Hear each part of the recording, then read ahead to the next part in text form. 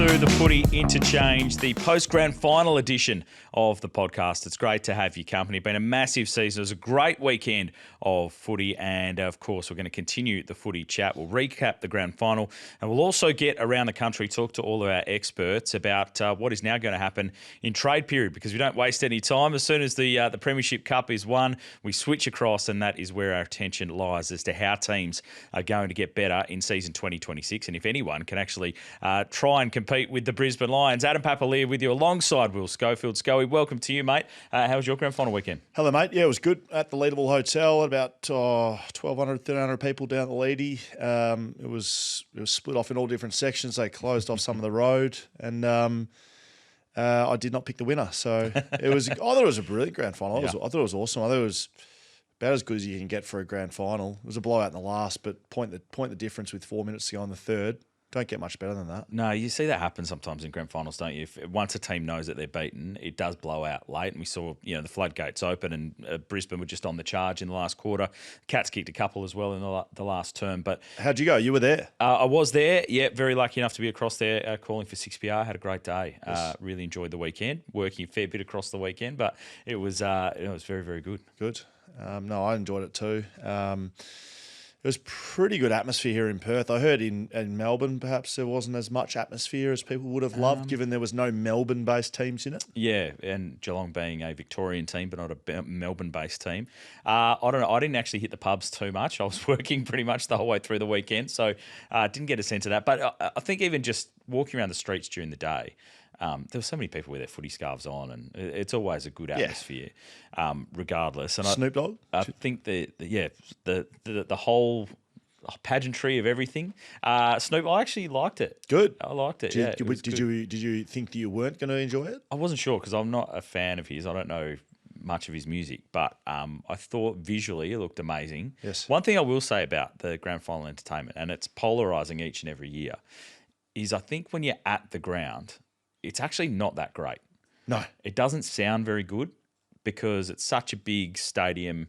The setup, speaker-wise, like if you think about having a concert at the MCG, like the amount of speakers and stuff you'd have would be 2 or 3 times as big as what they are. The reason they don't do that very often is it's not a very good stadium for acoustics and audio. Yeah, so because it's so big. Yes. So at the ground listening on, it didn't sound great where I was, and I was in the commentary box up, a couple of levels and a little bit further away from it, but it looked visually stunning. I went back and watched the replay of it afterwards and thought it was brilliant. Just the whole thing came across really, really well. So I reckon people that were watching on telly thought, wow, how good was Snoop? Yep. And then maybe some people at the ground were like, oh, it's okay. It's not really sort of cutting through. It's probably not as loud as some of the artists that have been there before. So I reckon there's a big difference between actually being at the ground and the experience you get compared to the TV product, which is where most of the eyeballs are. Really good. People at the ground have paid their money to be at the ground to watch the grand final. Yeah, they're not going for the pre-game. People who are watching at home and in venues. Yeah. So at the Leadable, they had it really loud, Yeah. and it was awesome. It was like a Spotify playlist. Like, it sounded perfect. That's who it's for, and socials and a global distribution. It's not getting Snoop Dogg to make Adam Papalia in the media box happy, and I know you're not saying that, but they're not trying to impress anyone at the ground. Like, they're already there. Yeah. So I'm maybe going more to those that criticised it, that had a voice or a platform to talk about it on the day that we're listening to it live at the ground. I don't think you get an appreciation for what it was when you're there. So I think that's something just to keep in mind with some of the reviews that are coming out. But a lot of people absolutely loved it. Would love your thoughts and comments on it as well. We're going to talk the grand final in just a second. Tom Rockliff is going to join us.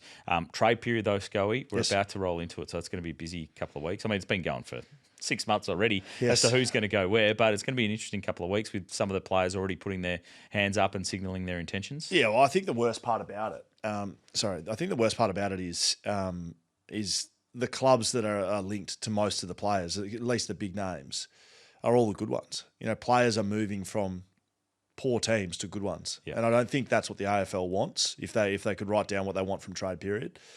To have half the players linked to Geelong, the other half to Brisbane, and a few others sort of scattering around to a few other clubs. Not an ideal situation. I don't have a solution to it, so I'm not going to bag it too much. But I don't think overall the AFL will be overly pleased with the rich getting richer.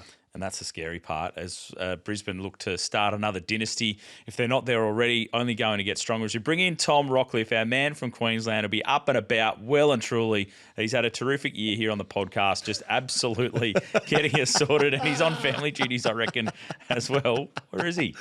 Are you in the back there somewhere, Rocky? What's going on over there, mate? The kids can give us a wave. He's getting his sparkling water. That is so good. Oh, boys, did you see Brisbane playing the grand final? Yeah. What did you think? Good. Who was your favourite player on the day? I don't know. Come on, give me a player. Who's your favourite Brisbane player? Cam Rayner. He was good, wasn't he? Mhm. I don't reckon. What's his name? Well, Ashcroft should have got. Okay, Who great. you reckon it should have been? Hey, Rocky, you can just stay out of this, mate. Thanks, that's all right. I'm just chatting to the kids. Sorry, won't bear with me. Have you got him? No, we did. We lost some vision from it. Yeah, mate, you don't need to be here, mate. If you just stay out of the car, we're just getting a Norm Smith breakdown from the boys in the back. Did they give you a breakdown? Yeah, so who should have won the Norm Smith, boys? I don't know. Harris Andrews? It shouldn't have been. What, you're not happy with Ashcroft? Tough crowd, Rocky. Hey, mate. Tough crowd. I'm sorry, we jumped in a little bit earlier, but we thought we'd jump on. I know you've got kids' duties today, mate. School holidays, of course. Thanks for joining us. Brisbane win the grand final. First thoughts? Unbelievable. I mean, I thought it was one of the better grand finals we've had for a few years. And the first half, I was in the crowd. It was intense. The first 15 minutes was a real arm wrestle, and then once Brisbane flexed their muscles in that last quarter, they were impressive. And I think it might have been here last week that I said you wouldn't play Lachie Neale. You either play him or you don't. It might have been even a bit later in the week, but it turns out to be a masterstroke in playing a half of footy in the second half. And makes sense when you think about it. He only played one game in 8 weeks, and they weren't sure how much I'd get out of him. And he's even speaking to him after the game, he said he was a little bit tentative the first 5 minutes, and then he just went for it. And boy, oh boy, didn't he go for it. They were super impressive. And that one I think will rank special when they look back, more special than the previous year for the adversity that they went through. We know what happened the year before.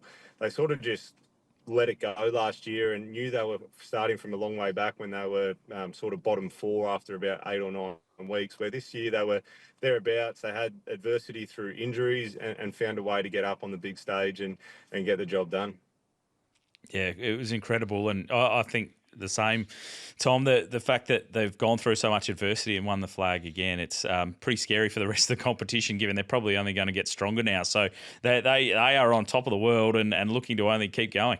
Yeah, it's quite incredible to think about, like, when I was there and the tough times. And even speaking to Harris Andrews a few weeks ago, he said the young boys don't understand how tough AFL footy is because they've come in and gone bang, bang, bang. And a guy like Jasper Fletcher plays in a losing grand final, premiership. It's quite remarkable. And the scary thing for the competition, whichever way you look at it, I don't think free agency is working the way the AFL wanted, because Brisbane are about to top up on talent. We know that the West Coast captains nominated the Lions to go in that forward half. Sam Draper as well.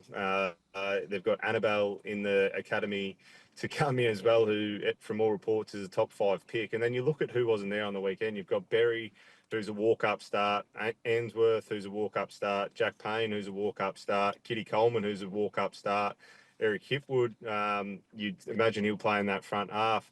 You've got Link McCarthy, who didn't play on the weekend. It's actually scary for the competition next year as well. Hey, mate, can you take us inside post-game? You said you spoke to Lachie Neale shortly after. What were the scenes like? Were you at the MCG? Were you there? I was there. I was in the crowd, yeah. I wasn't behind the glass or anything like that, Scully. I ran into our mate Jack Redden, and it was fair to say he was in Eugene form by the end of the night. So, so after the game, I sort of snuck down to the rooms, and I catch up with Danny Daly, who's the footy manager, sort of once every 3 weeks, have a coffee with him out at the boathouse in Manly, and we just chew the fat more so than anything. So I was pumped for him. He was there. I think he got to the footy club in 2014, so he's lived those bad experiences as well. And I was just pumped for those guys and the whole footy club, really. The rooms were electric after it. Snuck out to the September Club and That wasn't too bad, Scully, although when everyone's full at the end of the night and you're on the sparkling waters, it makes for interesting conversation, that's for sure. But I went to the after party as well, back at their, they had a function room, and that was just special, just to be able to sit there and talk. And guys like Ryan Lester, Dane Zorko, I spoke about Harris Andrews as well, Darcy Gardner, even Berry and McCluggage, those guys that did it really tough in their early days. It's just reward for effort, and pretty special footy club. It's been really, really strong footy club over 25 years, with a really bad dip there from sort of the back end of that last premiership, really, or the grand final that they lost. So from 04 to realistically around 2020, it was a real grind for them. And to see where they're at now, it's a real powerhouse and a club that everyone wants to come to. So really special scenes, and I'm sure those guys will never forget it. Almost brought a tear to my eye, funnily enough. I didn't get the opportunity to go down last year, but it was certainly moving being there, and not a part of it. I'm certainly not a part of it. I'm very arm's length away from the footy club now, but yeah, it's a pretty special place. Yeah, it was incredible, really. And the way the game unfolded, I think it was the last week you tipped us Zach Bailey to have a big game, and he absolutely could have one of the biggest grand finals of all time. He's finished with 3 goals, 6. Oh, I was in line at quarter time. Every set shot that he was having, he was Norm Smith medalist from a long way out at 17-1. It was going to be a real fill-up. But, I mean, that could have been one of the most special grand final performances you'll ever see. He's had 10 scoring shots, only kicked the 3, but he was explosive around the contest. No one wanted to go near him. He was game breaking, but defensively as well. Had he kicked 1 or 2 more goals, I think the Norm Smith is his. He was, for me, I thought he was the most influential player, particularly early when the game was so tight. He was the one that looked like he could really blow it open. And to kick 4 points in the first quarter, he converts 2 of them, ends up with 5 for the game. He's definitely best on ground, but I don't think you take anything away from Will Ashcroft either. But, I mean, Zach Bailey is going to be a star. And even speaking of Lockie after the game as well, they've certainly put a lot of time and energy into him to get him to go to that next level. And I think they've put it on the back of Josh Dunkley, the work that he does with him, particularly in the gym, and making sure that Zach ticks all the boxes. He's got the talent, but maybe Penny didn't quite drop for him. Oh. You're right. It's okay. You got me? There you go. Yeah, might have the temperature. The penny didn't quite drop for him at the start, I don't think, about the professional levels that you need to get to. And I think Dunkley's shown him the way, and he's going to go to another level again. So you speak about $1 million men in the competition, $2 million men. He'll have a big contract coming his way. Before we blow your phone up, mate, I'll give you one more question. Did you see anything and give us any insight to the scenes after the game? Anyone best on, something that people wouldn't know about that obviously can share socially? I know that probably was behind closed doors sort of operation there, but have you learned anything over the last 48, 72 hours that people wouldn't know? I think from all reports, Kai Lohmann's taken the 3 votes so far. So I am going to the best and fairest on Thursday night. So I'll probably have a bit more intel then. But I was lucky enough to come home to the kids on Sunday, so I haven't really seen them since. But from all reports, Kai Lohmann's setting the tone, which is outstanding for a young fella, because they're not necessarily coming in the competition with that work ethic off the field as what they used to. So he's certainly turned it up for him. Well done, mate. Well done to the kids for sticking with it throughout the interview as well and kicking us off well. Love the analysis off the top. Enjoy the rest of the school holidays, whatever you're doing today, mate, and thanks very much. Go and keep celebrating that Brisbane flag. Give it a go, Lions. 1, 2, 3. Go the Lions. George Melbourne. He's in for tough times, isn't he? See you, mate. Love it. See you, mate. How good's that? That was awesome. The kids in the background just juggling the dad duties on school holidays. Brilliant. I mean, the Norm Smith medal, I'm not sure whose younger fellow. I don't think they're all Toms. They might be. They sort of seem very similar ages in the back there. So I appreciate any of the parents involved that allow a bit of access there. Look, the Norm Smith medal, like I think Ashcroft, Will variety was deserved winner. Yeah. I think across the game is most consistent. The voting was interesting to look at it. I heard Adam Simpson speak about his. Harris Andrews was pretty clear cut, I reckon, the second best on ground, if not the best on ground. Didn't get votes from a couple of people, so I thought that was interesting. But Will Ashcroft, a lead operator, 2 Norm Smiths by the age of 21. People, it's like kicking 4 goals in the first quarter. You think you're going to kick 16 goals. likely he's not going to win a Norm Smith every grand final he plays in, but it's a pretty good start to his career. I never thought anyone would get even close to Dusty in terms of that type of record of playing in grand finals or winning Norm Smith. Yeah. Well, if he plays in another GF, he's every chance of doing it because he's one of those players that seems to love the big stage. I mean, he was the finals player from the coaches through with the Gary Ayres medal. Was that this year? Yep. Wow. Yep. So I didn't know who who'd the won finals. I think they got announced yesterday or this morning.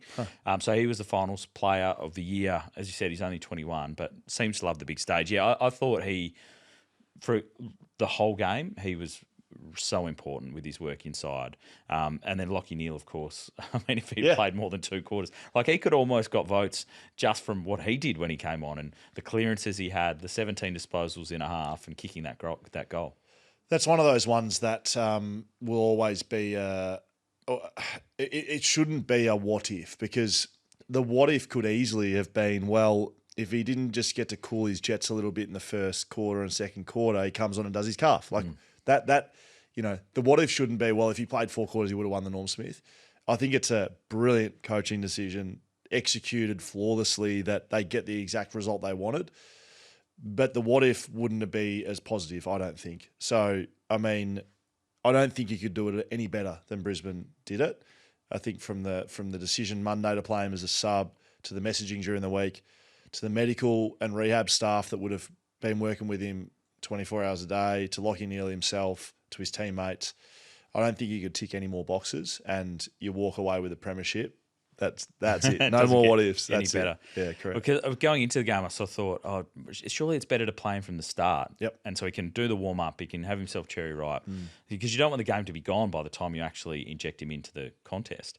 But the way Chris Fagan explained it was that we thought it might be a spirit killer to the team if he plays the first half, then we have to sub him out, as opposed to if we're still in it at halftime, inject him into the game, and then it lifts everybody rather than having the other effect. Which that moment did exactly that. That's a kicking a goal from 50 when you don't even know if he's playing. Like, that would have just blown the brains out of every Brisbane Lions player. They would have just been like, we cannot lose this. You can't lose. You can't script that either. No. So they get what they need. Put them 3 goals up Correct. At 3/4 time, and the rest is history, as they say. We're going to continue on the Footy Interchange as we get right around the country and start to talk a little bit of the news that's bubbling around in terms of Trade Week, which is going to kick off next week. Let's thanks to Heyscape. Yep. Of course, you can check out their cabins, heyscape.com.au. Eliza Reilly is going to join us from Western Australia. Eliza, welcome to you. Great to have a chat.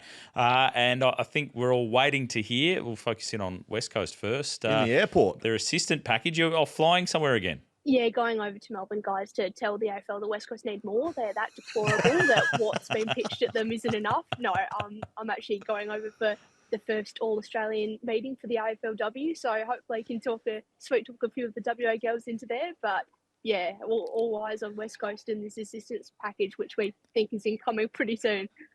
Yeah, so you shouldn't have too much work to do with some of the West Coast players at the moment in the AFLW. They're playing absolutely brilliant footy, and I think almost the way they're playing should be locked in for finals. I know that's not a given where they sit in the ladder, but they're having a great year. All right, so the assistant package at West Coast, of course, in the men's comp, is this ticked off and happening? Is this done? It's being reported like that, but is it actually happening?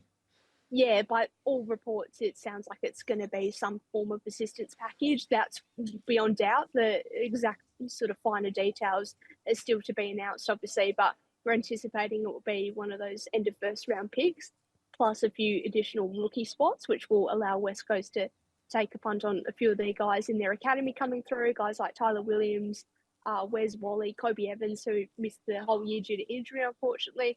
Those sort of guys who it just opens up the sort of scope and ability for West Coast to list them and give them a few years to develop and see whether they're made of anything. And also, experienced guys, guys who may have been on AFL lists before, who can come in and have an instant impact on the list for West Coast and add a bit of that senior experience that they've been lacking in the last few years. So, I mean, I'd be leaning more into that. I don't think they should be using this to go and add 3 17, 18-year-olds that are just flyers, darts at the dartboard. I personally would just be going and getting the 3 best state league players in the country and get a Sean Manor. Just go and get a Sean Manor, get your get a 26-year-old that's a gun in state league and go and use it on that. But time will tell on what they actually do with that. What about on the other side, Judd McVie from Melbourne saying and being reported that he's put in a trade request. He's decided to come home in Western Australia, but he wants to go to Fremantle. How are you seeing this? Yeah, I think it makes sense for both the Dockers and Judd McVie. He's sort of been pigeonholed into that, lockdown defensive role, which he has done extremely well. He's kept some really good small forwards around the competition quiet throughout the season so far. But he wants to be more of an attacking player. He wants to get more involved in, the game plan, the ball movement and driving his team up the field. And that's what Fremantle pitched to him would be his role, who, someone like Jordan Clark, All-Australian, fantastic meters game player. But I think Fremantle need that sort of change angles off half-back kicking player who can sort of hit those 45s and open up new ways to move the ball forward, which Judd McVie offers. So he looks like he's going to slot straight into Fremantle's best 23 next year and be a really valuable and hopefully low-cost addition. Yeah, it just adds to their depth in that position as well. Eliza, and just finishing off, as you said, you're headed off to have that first All-Australian meeting for the AFLW. Through West Coast, Ella Roberts continues to just show what she is capable of. But could she win the best and fairest this year? Another pretty comprehensive win from the Eagles yesterday or on Sunday. Yeah, I genuinely think she can this year. And because of two of North Melbourne's and the competition's best players in Ash Riddell and Jasmine Garner keep taking votes off each other. They're both that good that come AFLW All-Australian night, they will be fighting for votes tooth and nail like they have in previous years. Although Jasmine Garner's got a little under-recognised, I think it's safe to say, by the umpires. But Ella Roberts, who else on West Coast list is going to be taking votes off her come AFLW Awards night? She's in such good form. She's won several games already off her own boot. She's coming third in the Coaches Association votes, which is massive from her, still at, only the age of 20. So plenty of scope to improve. But I think this year, she's generally, if she didn't last year already, she's generally one of the best top 5 players in the league. Brilliant stuff, Eliza. Travel well, safe travels, and we'll chat to you next week. Thanks, guys. Hopefully a nice smooth flight for Eliza over there to Melbourne, doing a great job. A WA update, thanks to Heyscape, Scully. So the last day of the giveaway for Heyscape, so make sure you jump on socials, whether it be BackChat, Shuttle Footycast, on Heyscape socials. Like the post, tag some mates, and you can go into the chance to win a big 2-night giveaway in the new Denmark addition to what Heyscape does. Jump online, have a look, heyscape.com.au. Today is the last day, Tuesday, 30th September, and then the prize will be drawn tomorrow, I believe. Couple of things. Roll the tapes back. Just go and see who I picked for the AFLW Best and Fairest this year. Ella Roberts, thank you very much. That be? Yep. And secondly, and one we didn't get to talk about, which has been really relevant and I haven't spoken about this week, is Brandon Starcevich and the West Coast Eagles and where that sits in terms of a contract offer.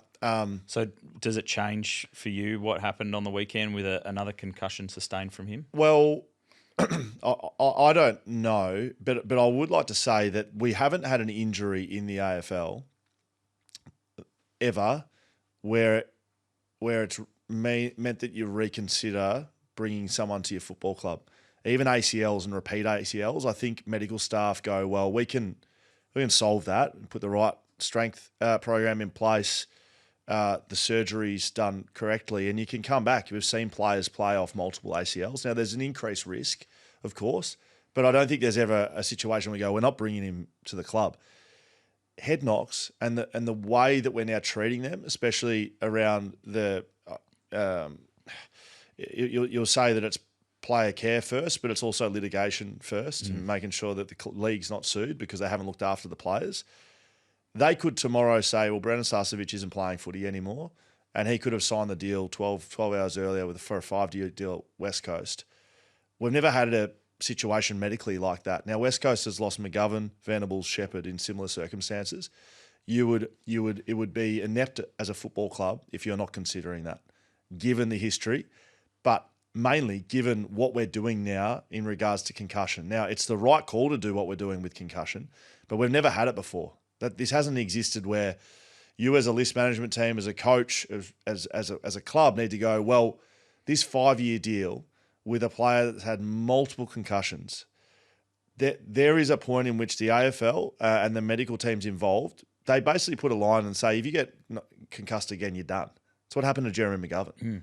It's literally what happened to him. Now, he didn't have a massive one where, like of Dan Venables.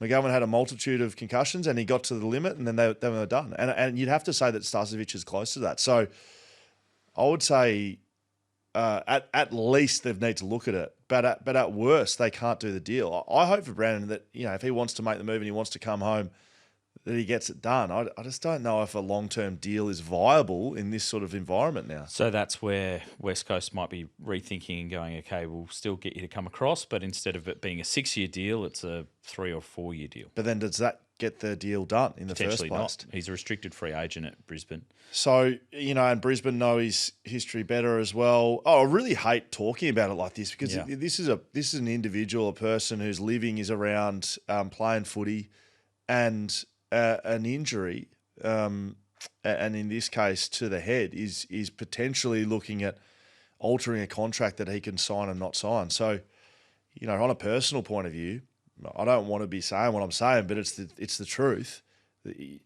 West Coast would be really poor management by West Coast to not have in the contract. I think it's bigger than this. Actually, I think there's going to be a stage in which there's compensation given when clubs lose a player like this. It hasn't really happened yet. Yeah.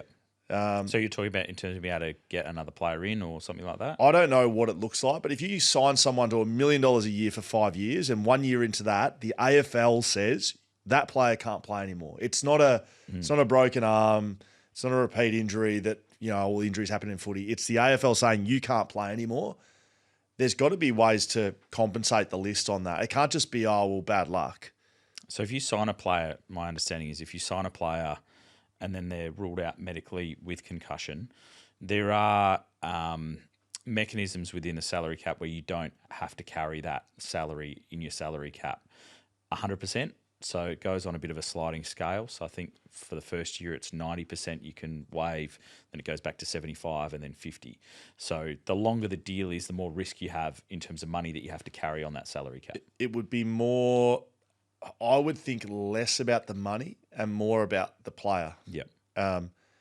Because there's risk reward with signing someone on a long-term deal. It means that there's someone else that you could go and offer that deal to that you're not signing. And so not only do you give up the money and the salary cap, but you give up a good player to sign to that position. And if it's gone in 12 months with a 5-year deal, it's got to be a way to recoup that. And I think the AFL is going to look really seriously at it because it hasn't existed before. It's going to be a big thought process really through everyone. I'm sure everyone will be doing their due diligence to find out exactly where the situation stands before any deals are or are not signed.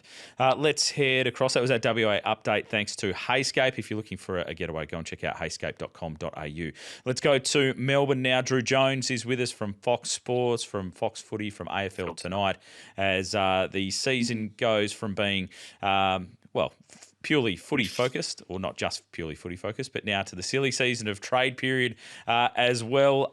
Drew, great to chat to you, mate. Loving the work on the T-shirt as well. Yeah. Can we just start with that? Can you just give us a little look at what's going on here? Wow. Have a look at that. I like that a lot. That's almost Thrasher edition, isn't it? There's a real rock and roll feel to it, isn't it? The traders sent me this and also a onesie for Max as a early fatherhood present. So shout out to the boys from the traders. So I'm repping them today. I love it. Very, very nice. Let's start with the Cats after the grand final on the weekend. What's been the wash-up, I guess? They're licking their wounds, as you would say, after losing a grand final. We saw some of the picks from Mad Monday as it continues.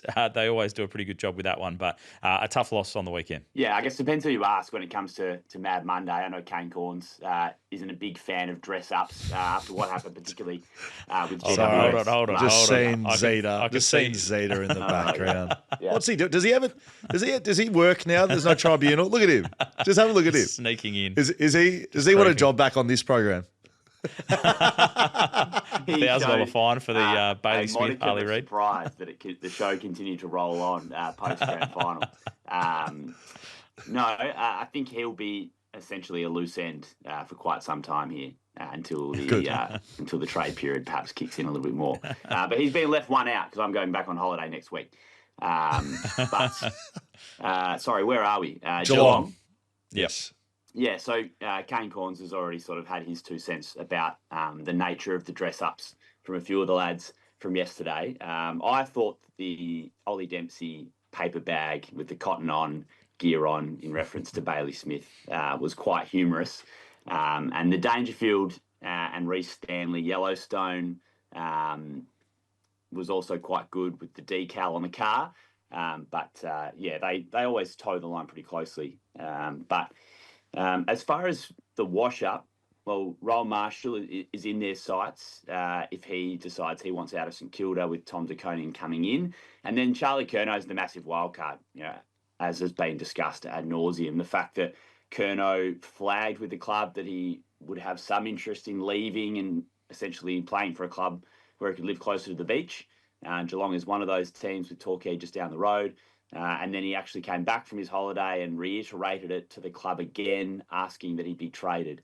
The big stumbling block for the Cats is how on earth do they get the capital required to trade for Charlie Curnow?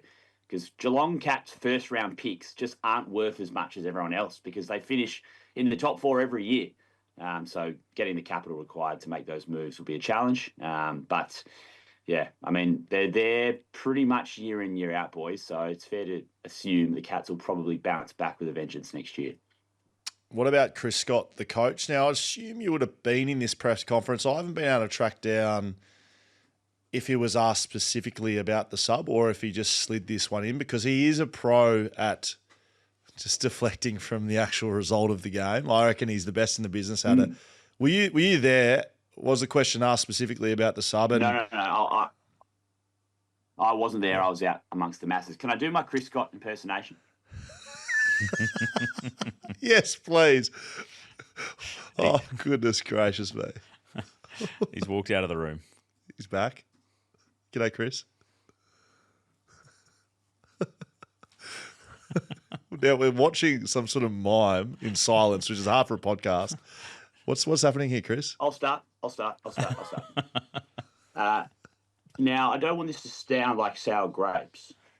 Anyway, I think if you start a press conference by saying, I don't want this to sound like sour grapes, then I think that's the way that it's going to be taken and intended. Yes. The sub rule is gone. And that's the last time we'll see it. So he's got that part right. But I think to use the sub rule as a way to deflect away from the fact that they brought a player back onto the ground with a fractured arm who was subsequently involved in another incident which possibly made the injury worse. It's classic Chris Scott, isn't it? Yeah, it is. I found it a bit bizarre. But again, if you're asked the question, you can only answer it. But I still haven't been able to track down exactly how that happened. What about out of the Cats and into a little bit of trade news, given we are finished with the grand final? Christian Petrarca is close to the biggest name alongside Zach Merritt. Can you give us updates on those? Yeah, so Petrarca, this wasn't necessarily a surprise that it's now official that he has requested a trade again, which is what happened last year. But he wasn't exactly incognito when he turned up at Adelaide Airport, sort of middle of the afternoon yesterday with his wife and his manager. He probably could have chosen a flight sort of a bit earlier or a bit later. Hang on. What do you want him to do? Fly a private jet in there? Like he's not dictating times of arrival. Drive across, sneak in. What do you want him to do? I just think if he didn't want to be seen, there were ways around it. Oh, come on, mate. Spare me. Okay, that's all I'm saying. But anyway, it doesn't matter. So you're saying he wanted to be seen? It's 24 hours later and the official trade request has been released by the Melbourne Football Club. So really, it doesn't really matter. It was just good theatre yesterday to see Petrarca at the airport. But so Gold Coast and Adelaide are the two clubs that have been mentioned as suitors. I still think there's a big Melbourne club who can make a play for Petrarca here because that's what he really wants. He wants to stay in Victoria. But I think the Crows are sort of selling the dream of, you can be the guy in South Australia. You've got your cooking TikTok. You're a superstar. This is a club competing for a premiership. And perhaps that's the Crows' pitch to him at the moment. And, of course, the Gold Coast Damien Hardwick pitch is obvious with lifestyle and the amount of young talent on that team. So let's see. Petrarca's most likely leaving Melbourne now. Let's see what they can get back for him. And then from a merit perspective, I don't have a lot in terms of updates other than the fact that it seems likely that he's going to the best and fairest as the captain. He's going to win another Crichton medal. And then the question is, how badly have these bridges been burned? Is there a way back? Can Andrew Welsh, the new president, convince him to come back? Can Brad Scott, say something to convince him to continue to stick fat with the Bombers? Gee, they've got in a really interesting situation at the Bombers, given how public it's played out. All we've heard publicly from Zach Merritt, though, isn't, I hate Essendon and I want to leave. That's all been rumours and innuendo. All we've heard from Zach Merritt is we're still working on it and he hasn't made a decision. So there's the reality and then there's what's being reported, I think. It's just going to be the most difficult parts for the players, though. I don't think that Chris Scott, the president, the medical staff are the biggest thing. It's the players, and whether or not he can repair those bridges, whether they've been burnt. Because if they have, then you can't return. It's interesting though. Well, Christian Petrarca walked back into not a dissimilar situation at the start of this season, and it's been a torrid time for him at the Demons over the last 18 months. But certainly. There were eyebrows raised, and I don't think it was ever quite the same when Petrarca went back at the Demons. So, it would be tough for Merritt to walk back into the hangar after this. You mentioned Petrarca sort of wanting a Melbourne club to come to the party. Is there one that you think he would fit more to? And obviously, last year there was a couple of clubs sort of lurking around looking at it. And I guess if Merritt doesn't end up leaving the Bombers, Hawthorn is someone that are trying to poach everyone. They're chasing a midfielder as well. Is there a destination in Melbourne, if it happened, that you could see Christian Petrarca at? Well, yeah, I think 12 months ago, if he had have got his way, he may well have been a Hawthorn player. But now it feels like they've sort of moved on. Butters has been mentioned, and of course Merritt they're trying to make happen this trade period. So it would have been a great fit there as a complementary piece for Jai Newcombe and Will Day. If you put Petrarca in another Guernsey, I could certainly picture him at Carlton or Collingwood, particularly if the Blues end up losing Curnow. Is there a three-way trade they can engineer where Petrarca becomes a piece of that? We're getting into areas where we're just sort of, throwing things up in the air. But he has always been keen to stay in Victoria. So if an opportunity came at a club here in his home state, I'm sure he'd jump at it.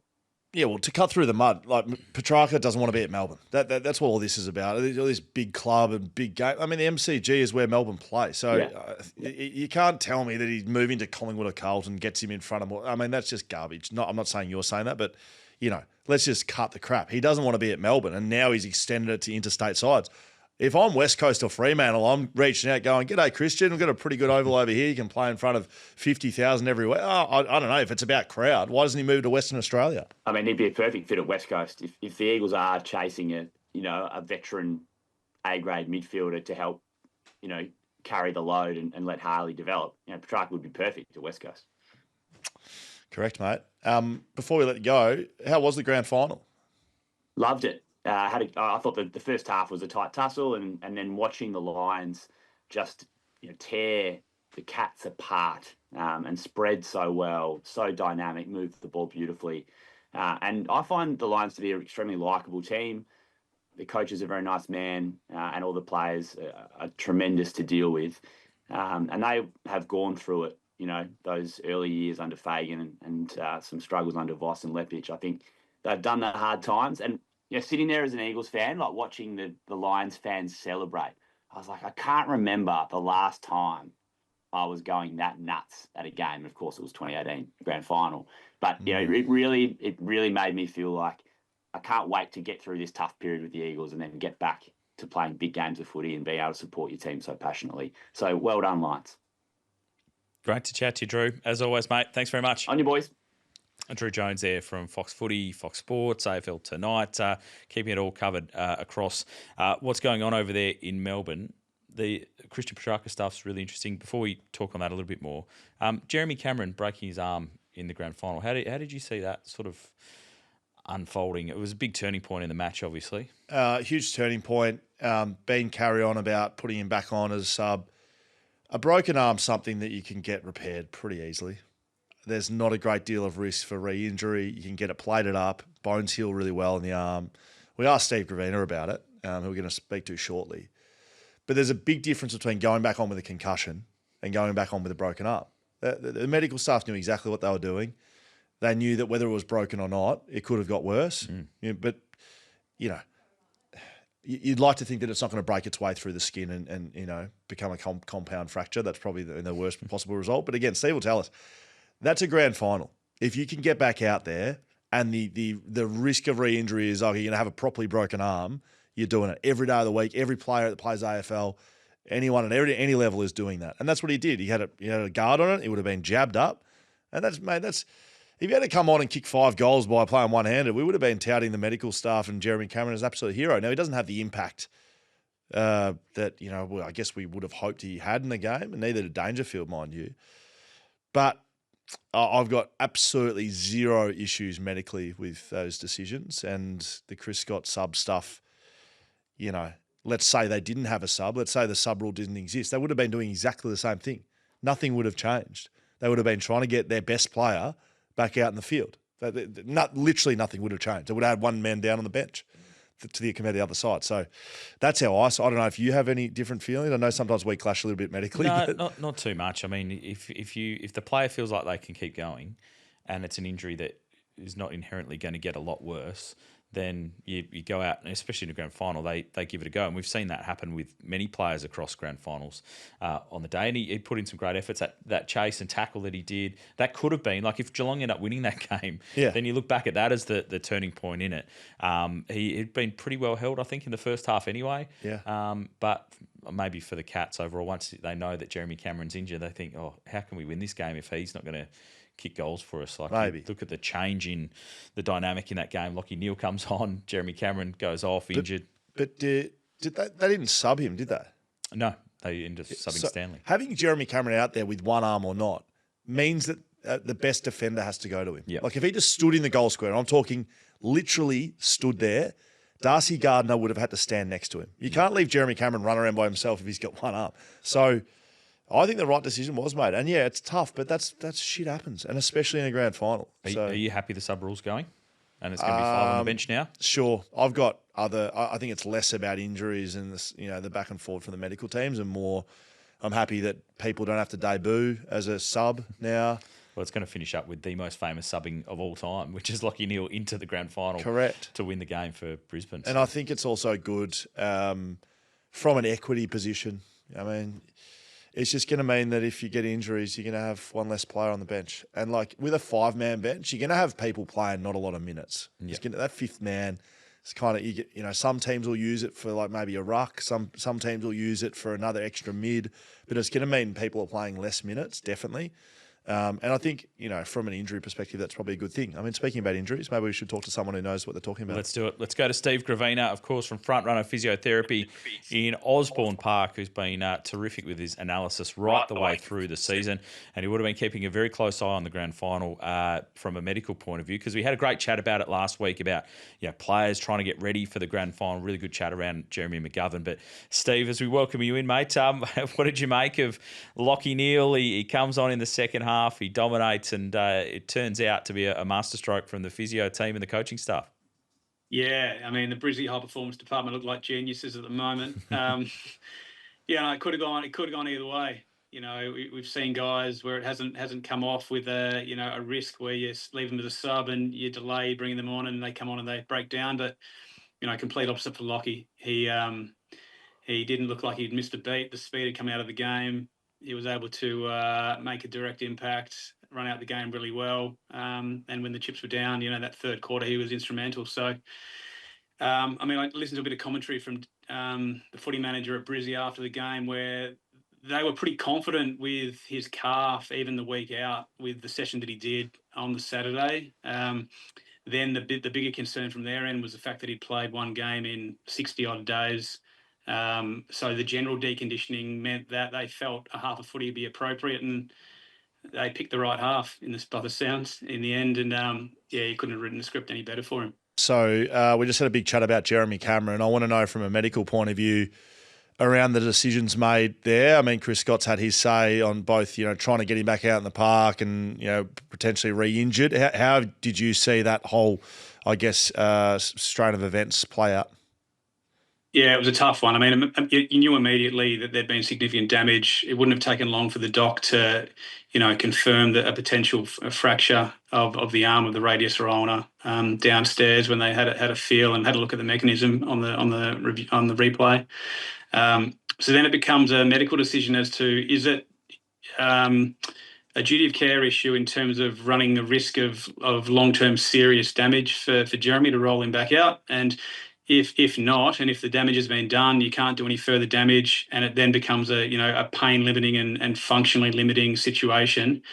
Then you try your best to give him as much pain cover as you can, protect the area, and see if he can function. And can he play a role? Is he a liability? That would have been what they've gone through. They took a while for him to come back out, obviously, so they would have done a fairly extensive testing on him. And they thought that he's just such a valuable player and he could play a role, and that's what they went with. And then obviously another fall on top of it when he had that big tackle. Then it was obviously just too painful for him to keep going. So, yeah, in hindsight, do you sub him out early? Possibly. Depends how much of an impact you feel that your sub could have. But he was playing with one arm, and there's only a few players that could be competitive with one arm, and he was at times, but it was the pivotal moment of that game. So what is the future injury? How bad can that get? I mentioned, could it turn into a compound fracture? Could you snap it all the way through and it pops out of the skin? Or is a broken arm, and once it's done, it's done?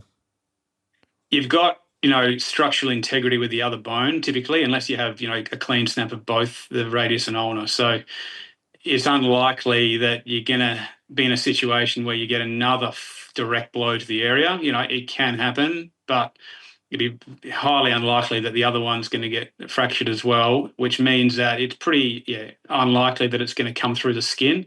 If it snapped, it snapped. It's going to require either stabilisation or through surgery or an extended period to try to let it unite itself if it's in a good position. But I'm assuming they're going to go through for surgery. I think that's what they've said.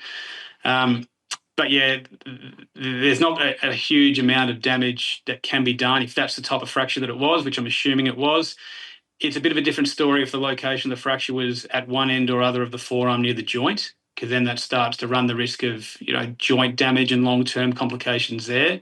But if it's in the middle of the arm, more often than not, it's just whether you can get through and grim and bear it.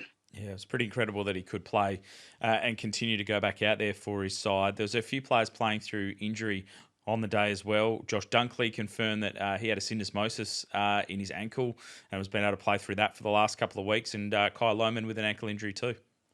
Yeah, the stories will keep coming out. You'd have 75, 80% of that group sore in some capacity. Lohmann's obviously had recurrent injections to get him up for the game and through the game by the sounds of it. He'll go in for surgery this week or next. Might be one, like Scully said earlier a couple of weeks ago, they might push the date back a few days depending on how celebrations go. But they're the ones that they've been nursing injuries for a long time, and they've been doing what they can to keep them going. They're not, no one's at 100% coming into a grand final after 20-plus games of footy. But they've been able to find ways to stay conditioned, stay match fit, and can function with the local anaesthetic injections or medication to help deal with the pain and dysfunction, and they get through. So there'll be, I'm sure they won't be the last guys that we hear about that were playing through adversity from both ends this weekend. Now, we spoke about concussion off the back of Tom Stewart missing the grand final. We had a big chat about it last week. Now, that, I guess, conversation's moved, especially here in the West, to Brandon Starcevich and his repetitive concussions. How do you see this playing out from a medical point of view? You wouldn't have heard it, Steve, but I spoke about it at the start of the podcast around we've never seen this medically in the AFL where the league is now retiring players because of repeat injury. We don't see it with ACLs or ankles or syndesmosis or whatever you want to say. But this is different. How do you see this, I guess, specifically for Brandon and then holistically for the league around concussions and acquiring players that are potentially on the risk of just having their career finished by the league? Yeah, it's really interesting situation. So, number one, the concern for the player who's had now multiple concussions, thoughts out to him. And I guess the big decision to start with, does he want to keep going? Which I'm not sure if anyone's asked him, or that's probably the biggest thing first. And if the answer is yes, then is he medically fit to keep going? And if he wants to go to another club, then that club needs to really do their due diligence to make sure they understand the risk of what they're bringing on. I'm sure if it's West Coast, they'll be going through a really diligent, medical assessment on him. You'd want to probably get specialist advice, whether he goes, to the panel, or whether you go to a neurologist who's, part of the recommended providers in that space at the moment around the country, who can provide, some expert independent advice on his current state and the risk going forward. You'd then probably try and get a suite of tests where you can. So they'll use neuropsychologists as well around other sort of cognitive testing for the players as part of the concussion sort of battery for these long-term guys. So you'd want to get all the information possible, and then it becomes a decision on the club's point of view of how much risk you're willing to take. And then I don't know the details around from what clause you can put in around if it's going to be a longer term deal, if issues pop up in your first year or two. But from a medical point of view, to start with, it's number one, does the player want to keep going? Number two, is he medically fit to keep going, and what the risks are, and get all the information you can first, and then pass that to the club, and then the club will make that decision. Steve, how long would all of that take? Because with Jeremy McGovern, he was facing the panel it took a long time for them to get all those results. Obviously, there's a bit of a timeline around this because trade period's done in a week and a bit. So to get all those things back and to make a decision, how tough is that going to be? Yeah, it can be hard. It can be hard. You'd hope the AFL would have some specialists at their sort of beck and call that they can quickly call, like an emergency review, where they can get all the information together in the next week before they can make that decision. Or if there's any caveats where that can't be done, then if a club's taking a player on like that, there may be some clauses in that contract that they get some compensation, or there's a way out of it if some information comes to hand later on down the track. But you'd hope you'd be able to get some information quickly. But it's unprecedented situation that we're working with now, and every year seems to be changing the landscape a little bit. So I'm sure the AFL and both clubs will be going through this process to work out the best case. And at the end of the day, it's for Brandon's health number one, and then his future in footy number two. Hey, Steve, before we let you go, and this is an unprompted question, ran into you at the UFC on Sunday here in Perth. We're talking about concussions and repeat concussions. Look, I'm no medical expert, but I feel like some of those fighters would have to be sort of working their way through some of these conversations, given what we saw in the main event there. I mean, people getting knocked out cold, completely different sport, and certainly a controlled environment with highly trained individuals. But we're talking about football here, and it's a combative sport, but the UFC is slightly more combative. It sure is, yeah. I mean, head trauma is common practice in there, and at training as well as in competition. It's certainly not as well regulated as what we see in the sort of upper echelon field based sports of Aussie rules and rugby and even the NFL over there. So I think they're getting better, but because it's a global entertainment product, I guess, which is going from city to city, country to country, they'll bring in medical teams into each location who have been local. So there would have been Perth-based doctors there. So then I know, for a fact that players athletes went straight from their fights to emergency post head trauma yesterday. Yeah. Or on Sunday, sorry. What then happens after that, I'm not 100% sure how the UFC operates, but you'd hope there would be some independent doctors that are involved in that space, because a lot of the fighters are still in their own camps, which is a little bit old school at times, and they may not have the appropriate medical care embedded within, and it'd be on the player or the athlete to go and seek those out themselves. But I think as it becomes a bigger and bigger, organisation, more of these, I guess, medical providers will be involved and brought in to provide some guidance in that space. But the management of these is certainly a concern in some of the combat sports that I've seen. And then the post-career is a whole other space. And I think that they're working through that. I think they're trying to get a sort of an athletes association going for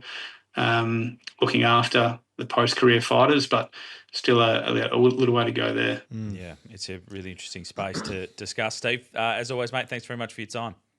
Thanks, guys. Steve Gravina there from Frontrunner Physiotherapy in Osborne Park. Yeah, that's the thing I can't quite understand is when you go to a brutal sport like that. Yeah. It's like, how do they just sign a waiver knowing full well that they might have after effects down there? Is there compensation in place? Like how it feels so different to footy compared to something like that where you pretty much know what you're in for. Well, you know what you're in for with the UFC, and mate, you know what you're in for with the AFL. So yeah, on this, do they just sign this is the risk, and I'm choosing to. Well, I think there's insurance, and I think from an AFL perspective, like that's what you sign up for without signing up. I mean, when you sign your contract up, you're a physical sport. Now, it's not the UFC where someone's trying to knock you out, but people get knocked out. It's just I'd be surprised if there'd be many AFL players going around that sign that dotted line and go, well, I don't expect to get injured here, and I don't want to deal with any of the consequences by putting my body on the line. That's just it's what athletes do across the world, whether it be UFC or not. Liability for the sport. Well, sure, there has to be liability, but you don't have to sign a waiver. There has to be liability. Like, it has to be joint. I think it should be jointly held. I don't think it should be on the league purely. Yeah. So signing a waiver means you're signing away your rights to be protected. There needs to be protection from the league, but there needs to be a responsibility from players. Like, it has to be joint. There can't be it's the league's problem or it's the player's problem. I think it needs to be together. Both. All right, let's head to South Australia as we continue on the Footy Interchange and check in with Dom Cassisi, of course, over there, former Power captain, who's been a great addition to the Footy Interchange. Dom, welcome to you. Terrific to chat. Christian Petrarca just making a quiet entrance into town. Sorry, Dom's gone away. Dom's just gone away. Disappeared. He's left us. He'll be back in a second. Intro too. We're ready to go. We'll get back to Tom in just a second and talk through everything going on over there in South Australia as to what the Crows can do to potentially try and get Christian Petrarca in. Just speaking about him, though, I know Freo will go hard trying to ask the question about Christian Petrarca. Yes. Where's his best fit? If he is available to any team, which side do you think he would help? Which side in the competition would Christian Petrarca help the most? Yeah. Who would he fit with the best? Well, Geelong or Brisbane. If I had to pick a team, just keep going. Well, if I had to pick a team a team, let's say that's here trying to get to that next level. Okay, so not Geelong, Brisbane. Not Geelong or Brisbane. Oh, Hawthorn. Hawthorn's the one, right? Hawthorn, yes, definitely. They could use him for sure. Although Jai Newcomb plays a similar, certainly not comparing the two, but sort of. Once they get Will Day back in the mix there, Zach Merritt's a very different player to that mix, where I think Petrarca maybe holds a few things similar. I would say not the Bulldogs. I would say not the Gold Coast Suns. Anyone with a really strong midfield, not Freo. Collingwood, probably, and maybe Carlton, but I don't think he's quick enough. I think he's adding just another player to go to that Carlton mix. All right, let's go to South Australia now. Dom Cassisi is with us. Dom, Christian Petrarca, I'm sure, has got plenty of people talking over there in South Australia. Yeah, he has. There's been all the news here the last 24 hours. I saw footage of him waltzing through the Adelaide airport with his manager and his wife or girlfriend. So big talk. Everyone over here is going, particularly the Crow supporters, they're hopeful, but they're not overly confident, thinking that he would leave Victoria to come to Adelaide. But stranger things are happening. Do you think he'd be a good fit at the Crows? I think he'd be a good fit for sure. I mean, I think you do have to think though. Like they did get Draper, first round draft pick the previous year, who I think adds a fair bit of pace and X factor through the midfield over the next few years. So. I guess they got to look at that. If they're playing him in there every week, who's it holding back from someone potentially younger having to go in there to be there for the longer term? Like, even look at Reilly. I think they have ambitions for him to have another pre-season, more midfield time. and then the combination of him and Rankin and stuff. So, I think they have to explore that option, but I do think you need to keep one eye on the longer-term future as well. Yeah, I think he would be a good fit. He's 29 years old. You'd think that Adelaide, think that their window is over the next 4 years. You've got Christian Petrarca. By all reports, his professionalism is at a high level. So yeah, you're probably signing him for 5 years and you're getting him till he's 34 and probably the prime of his career. So I think he is a good fit. I'm surprised you weren't at Adelaide Airport to meet him, actually, Dom, maybe to get the Port Adelaide sort of in front of him. You wouldn't be doing that, mate?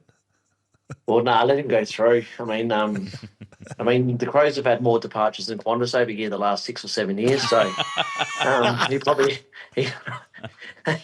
they got their own express lane, mate. I couldn't get near them. So. That's as good a line as that low blow up. Yeah, that's good, mate. I bloody love it. What about your team then in Port Adelaide? Our man Burjo has been recruited by Juventus into the Serie A, something like that. Serie A. Yeah. Tell us about that move and who's going to take over at Port Adelaide in the fitness department. Yeah, well, Burjo, obviously was at Port Adelaide. He'd been at Arsenal, Liverpool. So anyway, it's a great career thing for him. He's gone, obviously jumped from the Crows to there, and then the Crows, I think Burjo, from what I understand, picked his own replacement at the Crows, which is Ian McEwen. Right. So Ian McEwen is from overseas, but he worked at Port Adelaide under Burjo. So it was Burjo's right-hand man for many years. And then he ducked off overseas. And so Burjo's been able to get him back to Adelaide Crows to take over his role, and he's outstanding. So as big a loss that Burjo is for the Crows, for him to be replaced by Ian McEwen is a massive gap, because he was pretty well established in Philadelphia there somewhere, I reckon, for one of the sporting teams there. So to get him back, the Crows have done really well to replace him pretty quickly. Yeah, so apologies. He's at Adelaide. I was talking out my ass. Now, that is a big loss, I think, though, Burgess. You said that you've had Ian when you were at Port. So he's been overseas, but you've had him. So he's a gun as well, because Burgess is meant to be. I guess he's probably renowned as like the best in the business, right? So that's a big strength for Adelaide. Big loss. It is a huge loss. I mean, Burjo's got that ability to. He's obviously got the technical background of knowing how to train players to get them super fit. He's got that amazing personal element as well, which is. He builds really great relationships with the players one-on-one, like on and off field. So he becomes that bit more of a mentor role. But I'll tell you what he's good at. He sells you the program too. Like he's very good at making you feel like, you are the fittest, and no one can get near you in the last quarter. And he ticks all those boxes, because as you know, like some fitness coaches or strength and conditioning coaches, they're great at the technical stuff, but they lack on the other stuff. So for Burjo to be able to, pump you up, get the runs on the board, pump you up, that whole dynamic he brings is pretty rare. So that's where his strength is. And then you've got Macca's, we're calling Macca's Ian McEwen. He learned his craft under Burjo. He's technically extremely sound. The thing I love about Macca's is that he always had new ideas that made sense. They weren't radical stuff, but he's a deep thinker on how athletes can get better. There's no doubt about that. And he's a great manager of people. So the team that he'll have under him, they're going to love him being at the helm, because he's very collaborative. He doesn't protect his own space, which some can do. So like I said, the Crows have done unbelievably well to transition from Burjo to someone who's right up there with the best as well. And Port just making some coaching announcements and manoeuvres? So obviously we spoke a few weeks ago about Webby coming over from Perth. Darren Reeves, they announced last night. So he's coached the last 3 grand finals in SANFL, won 2 flags at Glenelg, and has like a long history of sort of coaching, assistant coaching SANFL. He's almost been like a career coach. Like, it's taken him a long time to get this looking at AFL level. I've got a feeling Kari might have actually worked with him a little bit when Kari was coaching North Adelaide. I think Reevesy might have been an assistant to him, I think. So they obviously know each other a little bit there, but he's done really good things with Glenelg. So he's come in an assistant role. I don't think they've said that you're in charge of the midfield or the forwards or backs just yet. But he comes well credentialed, and obviously he's a local guy as well. So he's not going to be sort of pin him down to be there long term. And then obviously Andy Collins as well, Colo from Hawthorn, who is a great get. I mean, his IP from Hawthorn will be huge. To bring that to Kari, first-year coach, and a bit of an older head as well. I think he's been around footy a long time. I reckon that dynamic's coming together well. And then, there's been a lot of publicity around the final piece of the puzzle, maybe being Stewie Dew. So, been in Brisbane the last few years. So if they can lock away Dewey with that other mix of Collins, Webster, and Reeves, they've done really, really well to refresh their coaching department. If you bring in Hawthorn IQ, Stewie Dew's been Brisbane, Gold Coast, Hawthorn as a player. You got Webster with successful period at West Coast, even though it's been some tough times of late. Holistically, from a football program, putting those sorts of people around the players, they're all massive appointments. They are, and we speak at length. Obviously, you guys are in a two-team town, so are we. It's bloody hard to get guys from interstate. So the fact we've been able to lure Webby over from Perth, and then Colo from Melbourne, who he spent time here at West Adelaide and SANFL for a few years, I think 2012 or 13, so he knows Adelaide quite well. But yeah, to nail some interstaters is a massive win. Brilliant stuff, Tom. Always good to chat, mate. We'll chat again next week as the trade period heats up. No worries. Thanks, guys. Cheers. Tom Cassisi there, former power captain. Very enjoyable drive-by on the Crows on the way through from here. Couldn't help himself at all. Let's head to New South Wales, Scully, and check in with what's happening there with the Swans and the Giants as we get ready for trade with Cal Sinclair, who joins us right now. Cal, great to chat to you, mate. And as always, there's a bit of chat around the key forwards in particular bubbling around at the Swans. Sorry, guys, you've only just dialed me in, so you might have to retract and do your question again. Well, before you jump in, Paps, if you didn't hear that, Sinkers, Paps asked a very astute, analytical football question. I wanted to start with, have you seen the Big O as a ruckman rolling around Melbourne with his shin guard still strapped to his leg in the aftermath of the grand final? And what does that say about ruckman around the competition? Mate, we will protect that shin guard and all its glory. We'll make replicas. We will sell that thing. Probably a good thing the AFL hasn't actually done yet with their merchandising strategy is an AFL branded shin guard. So maybe Oscar McInerney can be the poster boy for it. The Sinclair coming to a city near you. So you like that, didn't you? Good. I like that. That's good. Yeah, get it up on eBay and get it going. Make some cash out of it. I did ask you about Joel Amati. Some discussions around him with a new contract going forward and a bit of movement with some of the forwards at the Swans. It's a funny thing, the forward structure at the Swans actually like. So they are going to look to extend Joel Amati, but I just wonder, you've got Joel Amati, Logan McDonald, McLean, Buller as well. And then you're thinking about bringing in Charlie Curnow, and you look at Joel and you go, he's been very serviceable to the club. He's had a lot of injuries. So I just kind of wonder, do you kind of look to somewhat manage him out? Because he's still got some value with kicking 43 goals last year. You do know he's quite injury prone. One of those guys is going to have to move on. There's just no question about it. If they can bring in Charlie Curnow, and what the Swans have got to understand, which I'm not sure that you're going to have to pay overs for him. So Jack Buller, who is a West Australian from over here, made his way onto the Swans list as a mature age recruit. He is rumoured to be seeking a trade elsewhere. Where's he going?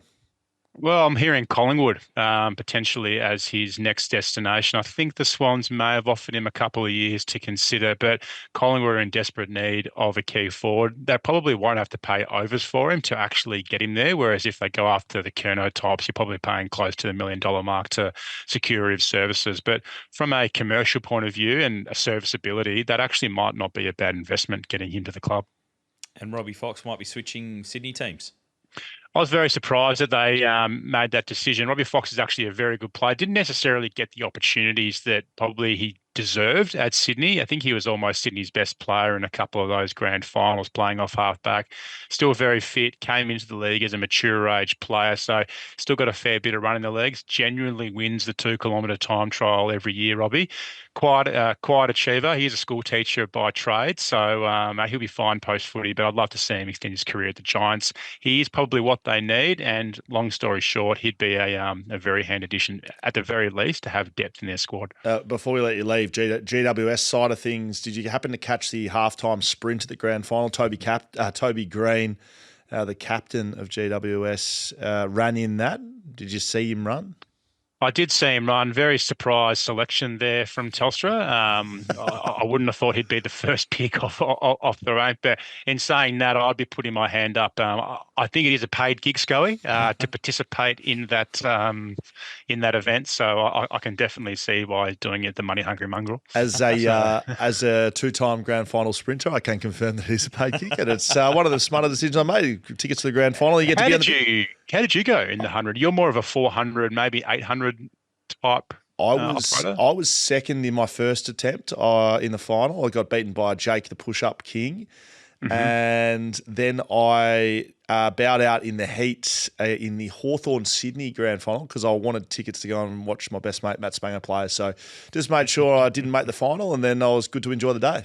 It's a high-risk event, particularly if you're going those who are tendency to have soft tissues going into the off-season. But all good. Congratulations to Brisbane. Great effort. Very impressive.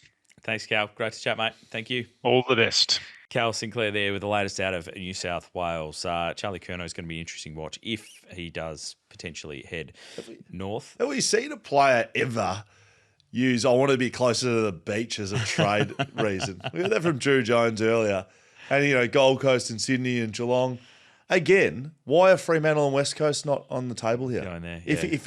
If the reason is I want to move near the surf, which he's a surfer, Western Australia is the best in the country. Yeah. So why don't you do that? Well, there's lots of different places around the country. Or do we need to wait for the Bustleton 20th team? Yeah, let's do that. Let's keep pushing for that. I think the interesting thing was it Brownlow night where Paddy Dangerfield said, "Oh, yeah, I've just been at Ed and Charlie Curnow's place this week, just getting ready for grand final week. We've all been hanging out together." I thought that was really interesting. Well, that he mentioned that. Yeah, I mean, like, is that a little insight into the Cats just trying to warm up to get Charlie down there? Oh, I don't know. I mean, his dad Dave was my PE and religious education teacher at Geelong College, and he's still around. He married one of my brothers, Dave. He's a brilliant man. They live just out of Torquay. Ed's sort of in and around Lorne, I think. So I went to school with Ed. We still hold the 4x8 record at Geelong College. He's one of my good mates. Being around family, I mean, he's in Melbourne, mate. So it's 50 minutes up the road. So it can't be close to Melbourne. Halftime sprint, surely it's like, that's it. We don't need to Well, mate, when you start rolling out boxes in there and Harry Garside, what was he doing there? He lost by 40 metres in a 100-metre sprint. No heats. I don't mind the no heats. The heats are junk. I've done the heats are junk. Well, not every club's represented, so why are we even holding it? Because it's good to watch. It's good to watch. Jed Walter was good. Like, if you put a prize, like if you say we're going to get the top 10, and maybe a way to do it would be to get the top 10 Telstra ranked players from during the year, the higher speed guys, and make them do it. Yeah. That'd be good. Yeah, that's it. As opposed to people rocking up for grand final tickets. You have to do it. Rocking up for grand final tickets, just coasting through. Oh, well, mate, you win some, you lose more. So otherwise, move the entertainment to halftime rather than pre-game. Maybe. There's probably not enough time, though. It's not that much. It's extended out. It's not a long break. Well, no, but that affects the game. That's what they do in the NFL. No, but don't worry about the NFL. We're not the NFL. That affects the game by giving a bigger break. Don't do that. Why can't we just a couple extra minutes? Oh, and then why don't we put the grand final at night time? and then Snoop Dogg will look better at night time. Twilight, I reckon, would be fine. And then so do it twilight, and then Snoop Dogg. And then we're basically just an entertainment roadshow, and we don't even worry about the players. Just whatever happens game day, but make sure we've got the best entertainment. I don't know. In terms of entertainment roadshow, the halftime sprint didn't really cut it for me. I think letting the audience and fans onto the ground at halftime and turning into like a darts type atmosphere where everyone has a shot at goal. Just go. You know, longest kick wins at halftime. That'd be good. It'd be entertaining. Now we're getting ridiculous, so we're going to wrap it up, I reckon. This has been the Footy Interchange, Scully. Thank you very much. Of course, the exchange will be dropping in a couple of days. Yes, it will be. If you want to have your questions answered first, sign up as a patron. BackChatPodcast.com.au. You can do that. Support the podcast. Support this one and others. Make life a little easier for us. Help bring some of these podcasts to life. You can sign up as a patron. If you are a patron, we're in the tipping comp and you beat me. $10 coming your way this week. We've found a way to pay it out, Paps. What, you got to swing by and pick up the cash? Well, or the deal was, if you beat me, Yep. I'll give you $10. And I came 230th, so I'm about $2,300. That's a costly exercise. Yeah, for the business for sure. Well, that's not coming out of your personal pocket. Well, I do own the business, Paps, so it kind of is. But we found a way. So stay tuned, ladies and gentlemen. All right. $10 coming your way if you're the lucky 229 people in the country. 10-cent pieces or 5-cent pieces? That's What's going on? Come and pick up a bag Air of Tasker, there's just 10-cent bags being thrown around the country. All right. We've lost it. Stay tuned for that. Been great to have your company. We will keep this podcast going through trade periods, so make sure you keep an eye on your podcast channels for when it drops. But great to have your company. This has been the Footy Interchange.